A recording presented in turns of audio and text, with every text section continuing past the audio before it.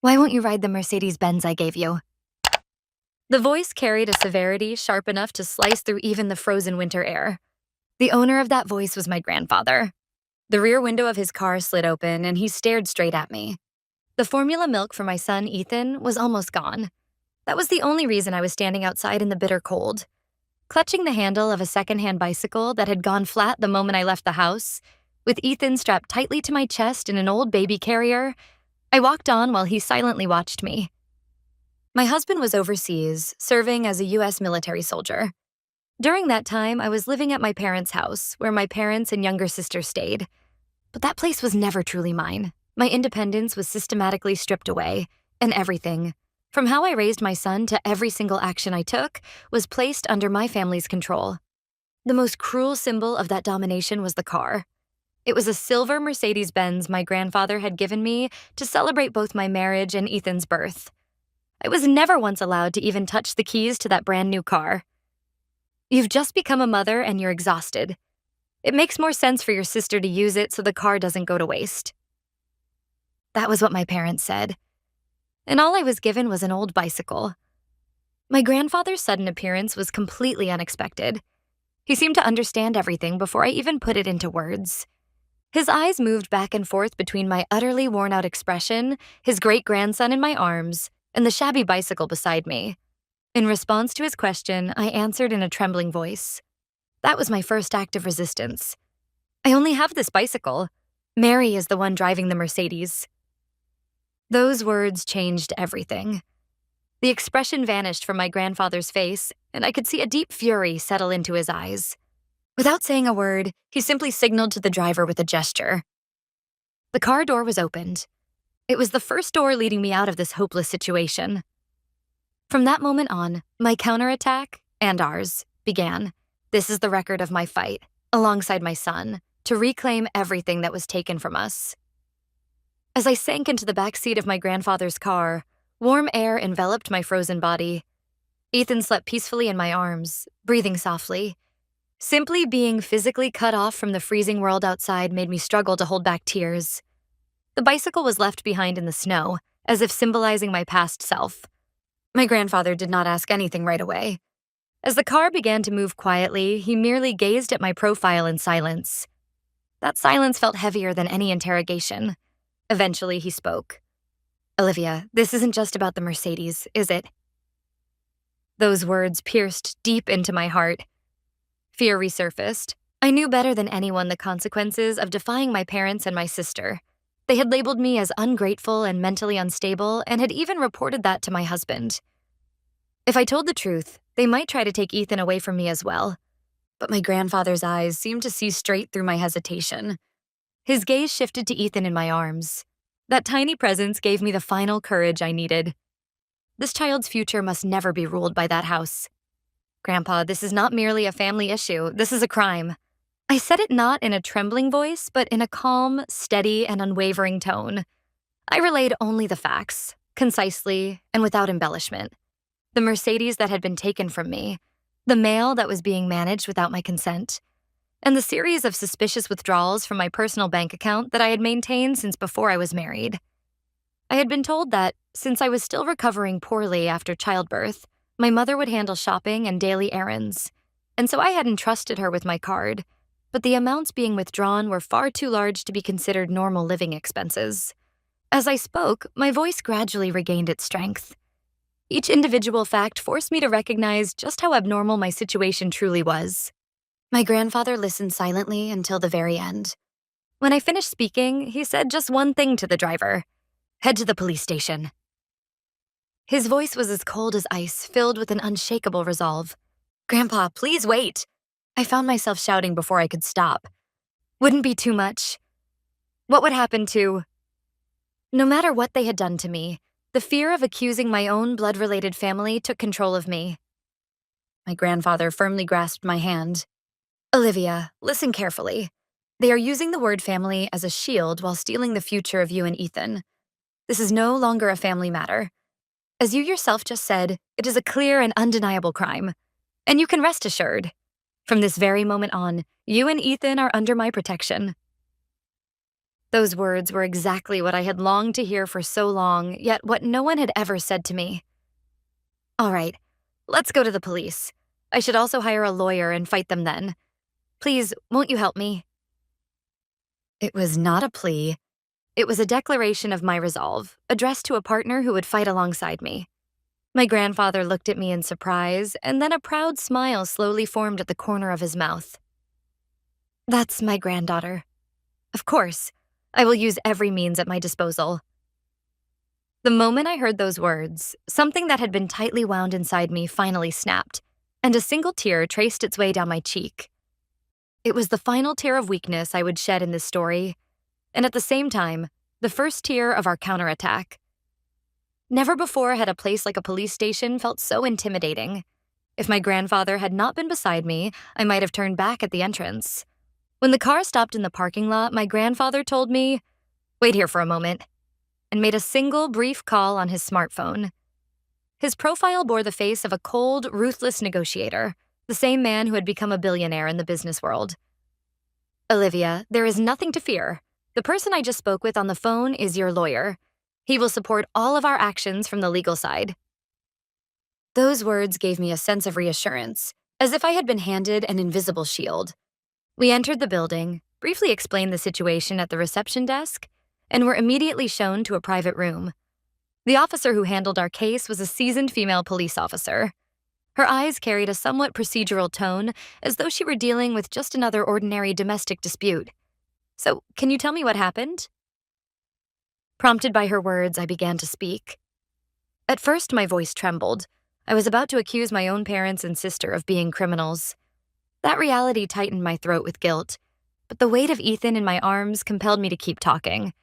I had to protect this child's future.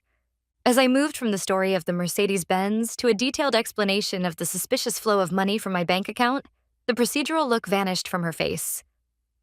She began moving her pen faster, occasionally firing sharp questions at me. "Did your parents give you any explanation for those withdrawals?" "They only said it was for the family's living expenses." "Were you personally given enough money to cover your own living costs?" "No, I was always told there wasn't enough." My grandfather, who had been listening to the exchange, quietly interjected, "Officer, that is not the only issue. I gifted my granddaughter a trust fund of $150,000 for her and her child's future. The documents should have been sent to her as well. Olivia, what happened to that money?" At my grandfather's words, I slowly shook my head. "What?" "I have never seen that kind of money or any documents like that, not even once." The instant he heard my answer, my grandfather's expression froze solid. He turned not to me but to the officer and spoke in a low voice. "I trust you understand now. There is a very strong suspicion that they concealed the very existence of the $150,000 that should have gone to Olivia, and that they have been illegally withdrawing funds from it as well." With that single statement, the atmosphere in the room completely changed. The female officer's eyes hardened with intensity. This was no mere financial dispute between parents and child. It was a calculated and malicious case of exploitation. She seemed fully convinced of that fact. When all the testimony was finished, the officer set down her pen and looked straight at me. "Thank you. I'm sorry for making you relive something so painful. We have officially accepted your report. We will immediately begin an investigation as a criminal case with strong suspicion of theft and fraud." Those words meant that the immense power of the law had finally taken my side. When we left the police station, the sky had already begun to darken. We got into my grandfather's car and headed toward his estate. It was in a completely opposite direction from the house where my parents lived. "Grandpa, what will happen from now on?" My voice trembled with anxiety. "We will act in accordance with the law, that is all." My grandfather's answer was concise. Yet within those few words was a weight that suggested he had anticipated every possible outcome. "The lawyer will come to see you first thing tomorrow morning, and there will be one more person as well, a forensic accountant who specializes in financial crimes. He will thoroughly trace the flow of money. We will uncover everything they took. Every last cent." There was no longer any hint of comfort in his words. They were a powerful declaration spoken by a commander preparing for the war ahead. Before long, the car passed through the gates of my grandfather's estate, a place I had visited many times as a child. It was a safe haven from my memories, filled with the warmth of a fireplace and the scent of old books. The staff greeted us quietly and guided us to a room where a crib had been prepared for Ethan. After laying Ethan down in the bed, the tightly stretched thread of tension inside me finally snapped, and I collapsed onto the sofa. Along with relief, a surge of intense anger washed over me.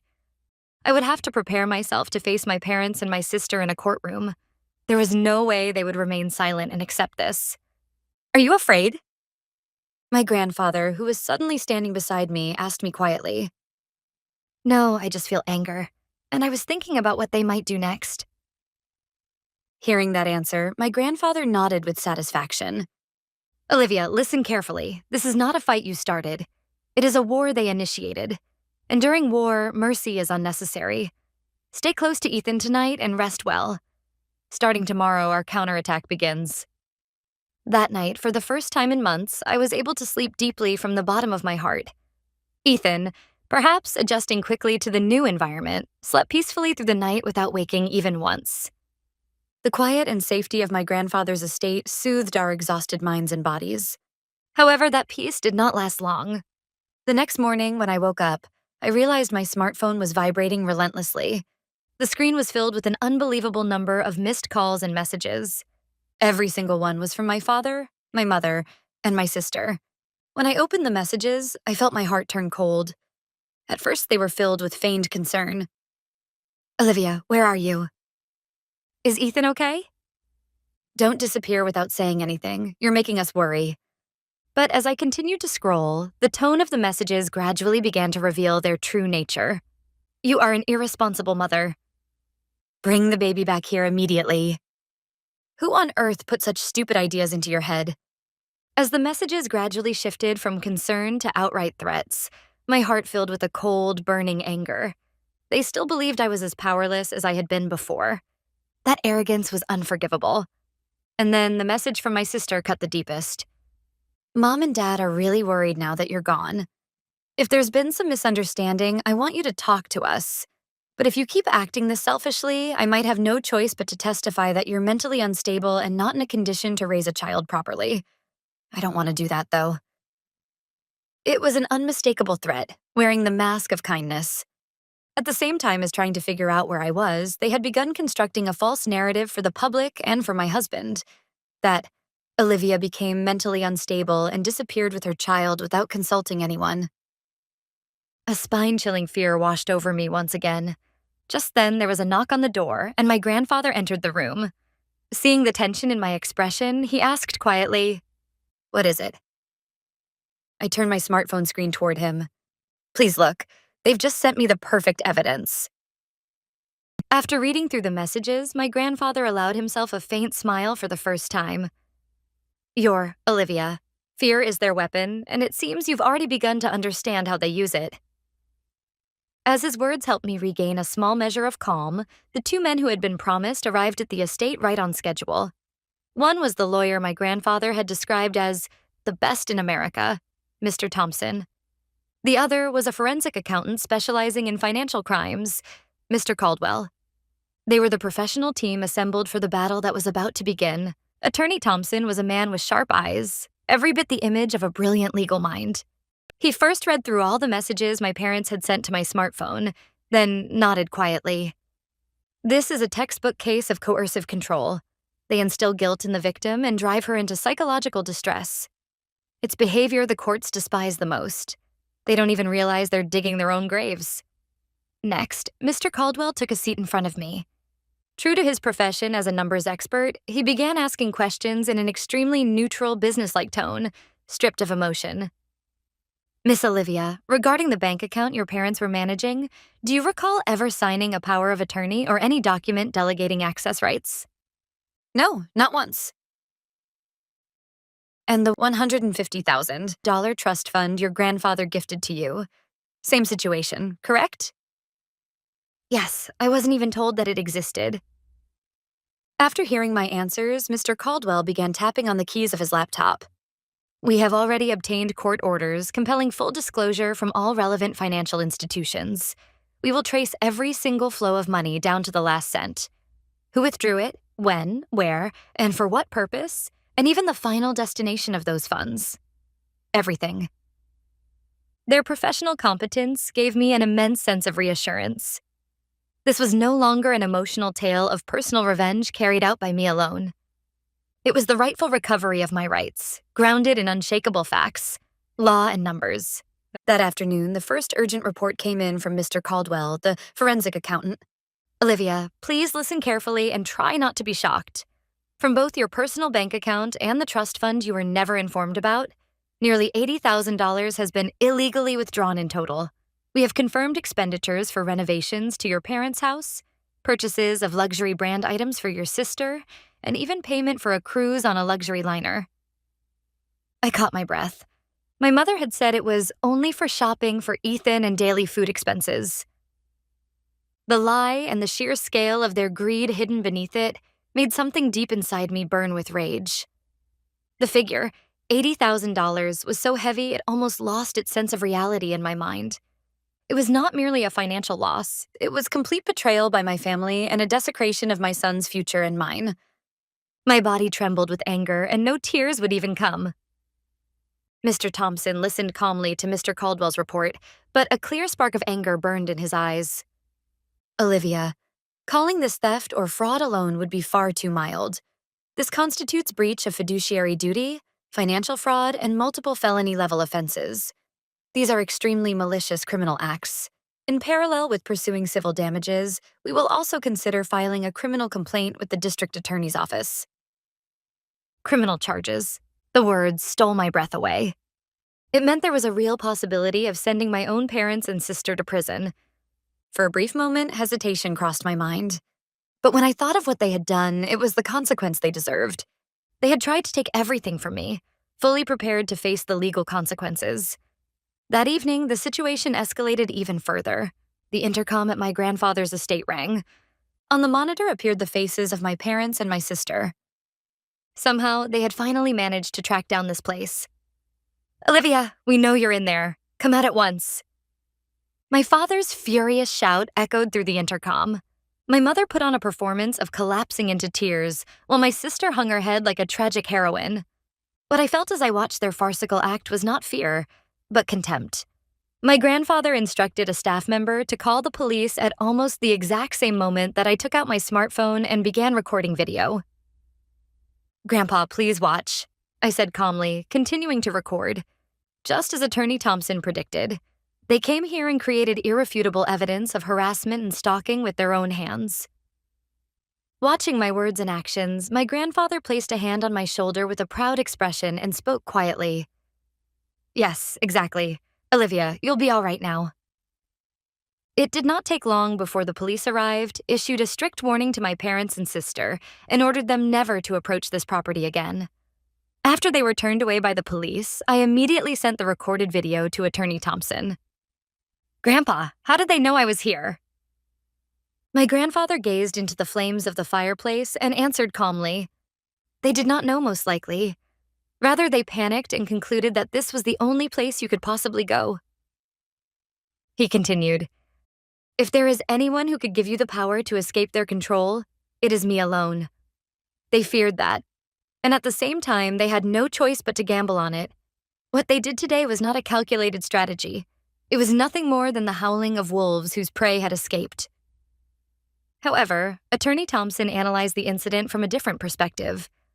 As he reviewed the police report, he said with a stern expression, Indeed, their actions were impulsive, but at the same time, this shows that they are so cornered and dangerous that they would completely ignore legal warnings. There is a real possibility that they may act even more unpredictably from here on. Then he turned to me. Olivia, you should inform your husband about this situation.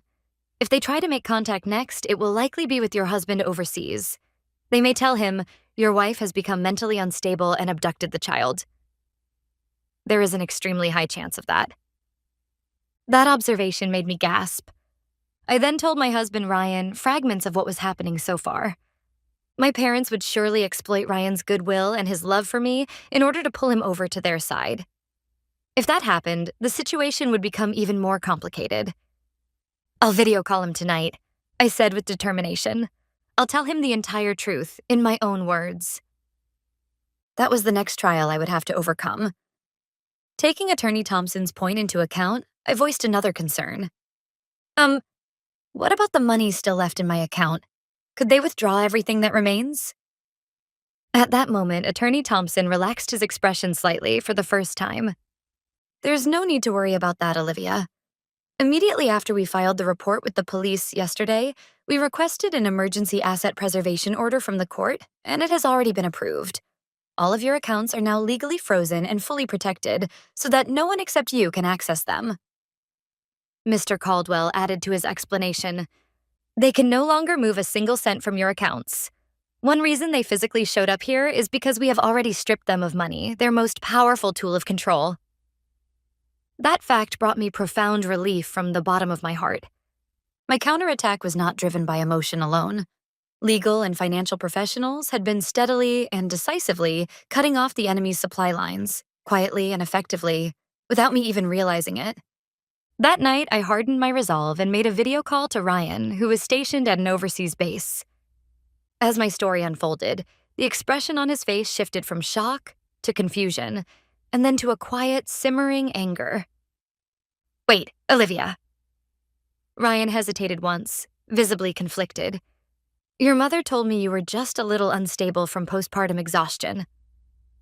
Ryan, listen. I cut him off and told him the facts that Mr. Caldwell had uncovered. They used $50,000 from my account to pay their loans and credit card bills. This isn't some exhaustion-induced delusion. These are facts a forensic accountant confirmed.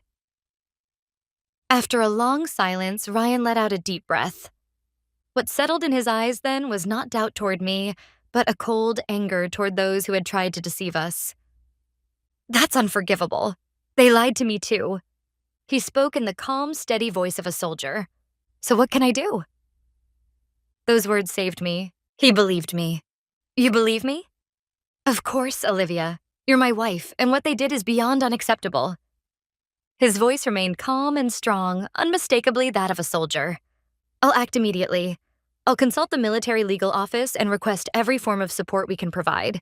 And please give my regards to your grandfather. Tell him I'm grateful for protecting you and Ethan. After ending the call, I stared straight into the darkness beyond the window. I was no longer afraid of anything. With Ryan firmly on my side, our counterattack accelerated even further. Through the military legal office, Ryan prepared documentation proving that this case constituted a malicious exploitation of a service member's family and sent it to Attorney Thompson.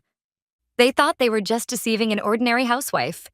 They will soon realize what it means to lay a hand on the family of a U.S. service member. That documentation became a powerful weapon, reinforcing the legitimacy of our case in court. From the following day onward, our counterattack entered a new phase. Under Attorney Thompson's command, preparations for a decisive victory in court began in earnest, as evidence was systematically assembled piece by piece. In addition, his team uncovered another decisive piece of evidence. It was an official legal document created when my grandfather gave me $150,000 as a lifetime gift. That document clearly stated that the purpose of the funds was for Olivia herself and for the education and future of her child. My parents' actions were an unmistakable violation of that trust agreement. This is irrefutable, perfect evidence, Thompson said confidently while holding the document in his hands. In court, they will have no choice but to admit that they engaged in deliberate fraudulent conduct. Day by day, each newly reported piece of evidence amplified my anger, while at the same time bringing me a strange sense of calm. This was no longer an emotional family dispute. It was a legal process in which each piece of evidence objectively proved their crimes. Step by step, we closed in on them. The flow of money, legal documents, police reports, and military support. The castle of lies they had built was on the verge of collapse.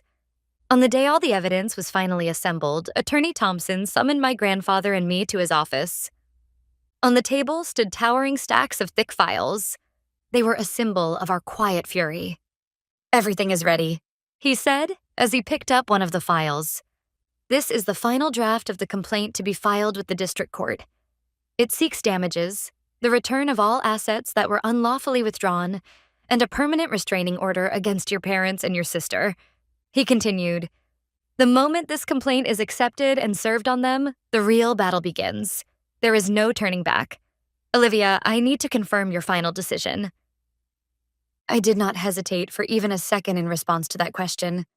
What came to mind was the despair I felt on that freezing day, walking down the road while holding Ethan in my arms. I never want to experience that again, and I will never let my son experience it either. Please proceed. I will fight. A few days later, the complaint was formally accepted and sent to my parents' home by a court officer. That single sheet of paper drove a deep crack into the walls of control they had built. And then came the day of destiny, when I stood before the courthouse together with my grandfather. I had entrusted Ethan to a reliable babysitter. Beyond the heavy doors lay the place where I would sever ties with my past. Taking a deep breath, we stepped inside. Inside the courtroom, I saw my parents' and my sister's faces for the first time in a long while. They were accompanied by their lawyer, but the arrogance they once wore so openly was gone. In its place were exhaustion and unmistakable anxiety. When our eyes met, they awkwardly looked away. Seeing that, I knew it for certain.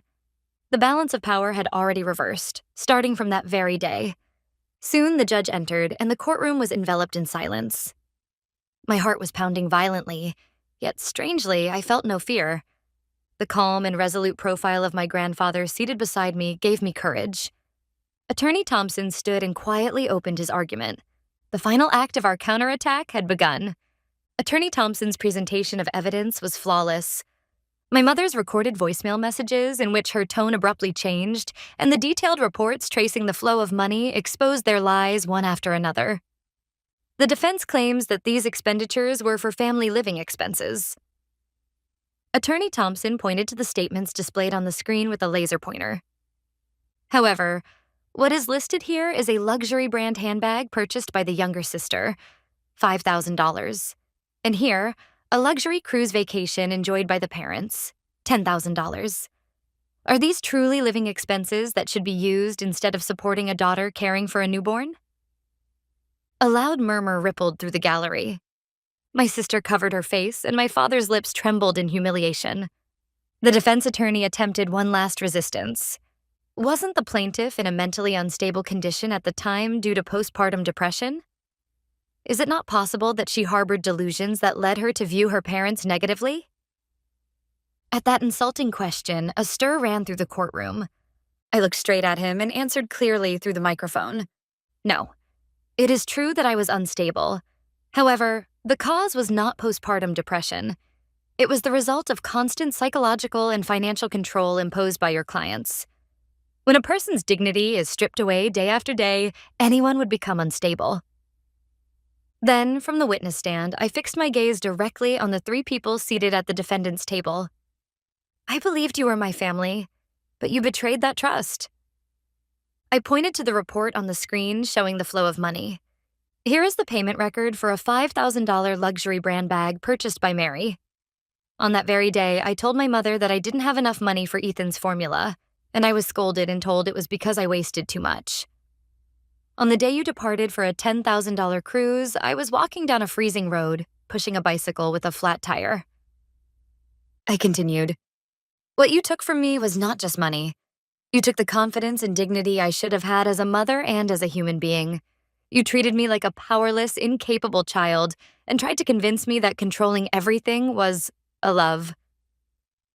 I paused there and looked each of them in the eye. But that is not love. It is control, and it is exploitation. I am not your property, I declared clearly. I am no longer afraid of you. Here, today, I sever ties with our past. There is no longer any place for you in our future. When my words ended, the courtroom was enveloped in complete silence, and my father quietly began to cry. Those were the tears that marked the end of his control. When my testimony concluded, the courtroom fell silent as if water had been poured over it. The defense attorney attempted to offer some form of rebuttal, but his words were weak and no longer reached anyone's heart. Before the overwhelming light of truth, every lie could only retreat into the shadows. With all proceedings concluded, the judge quietly opened his mouth. His voice was solemn and devoid of any emotion. After reviewing all evidence presented, this court renders the following judgment. The judge first addressed the flow of money. The court finds it clear that the defendants unlawfully withdrew a total of nearly $80,000 from the plaintiff's accounts and used it for their own purposes. Accordingly, the defendants are ordered to compensate the plaintiff for the full amount unlawfully withdrawn, together with applicable interest for delay. Next, the Mercedes-Benz. The court also finds that the defendants unlawfully possessed the vehicle gifted to the plaintiff by her grandfather. The vehicle shall be returned to the plaintiff immediately. Finally, the judge fixed my parents and my sister with a stern gaze. The most serious issue is the psychological and financial domestic abuse the defendants inflicted upon the plaintiff. This constitutes an extremely malicious form of coercive control that exploited the trust inherent in a family relationship. The judge paused briefly, then delivered the final ruling. Accordingly, the court hereby issues a permanent protective order prohibiting the defendants from approaching the plaintiff, Olivia, and her son, Ethan. Any violation of this order will result in immediate arrest and incarceration. The gavel struck, and everything was over. I tightly grasped my grandfather's hand as he sat beside me. Then I exhaled deeply and slowly. It was the first true breath I had been able to take from the depths of my heart in more than a year. Several months later, I held the keys to my own apartment in my hand. Ethan was sleeping in the back seat, and in my hands was the steering wheel of that silver Mercedes-Benz. With my grandfather's support, our new life had begun quietly. As for what became of them, according to the final report from Attorney Thompson, they were forced to sell their house in order to pay the compensation ordered by the court. Mary, stripped of the Mercedes by court order, could no longer maintain her former luxurious lifestyle. Their reputation within the local community collapsed, and their former friends all distanced themselves, cutting off those relationships completely. And the three people who once controlled me, having lost everything, were left without even emotional breathing room, now spending their days in a small rented apartment, hurling blame at one another for their failures. The kingdom of lies they had built was so fragile that it collapsed under its own weight. I no longer think about them. Before me are my son's smile, which I must protect, and the warmth of my grandfather's unwavering support. Never again will their shadow fall across our future. The fight is over. Scott finally said what he shouldn't have. From next month,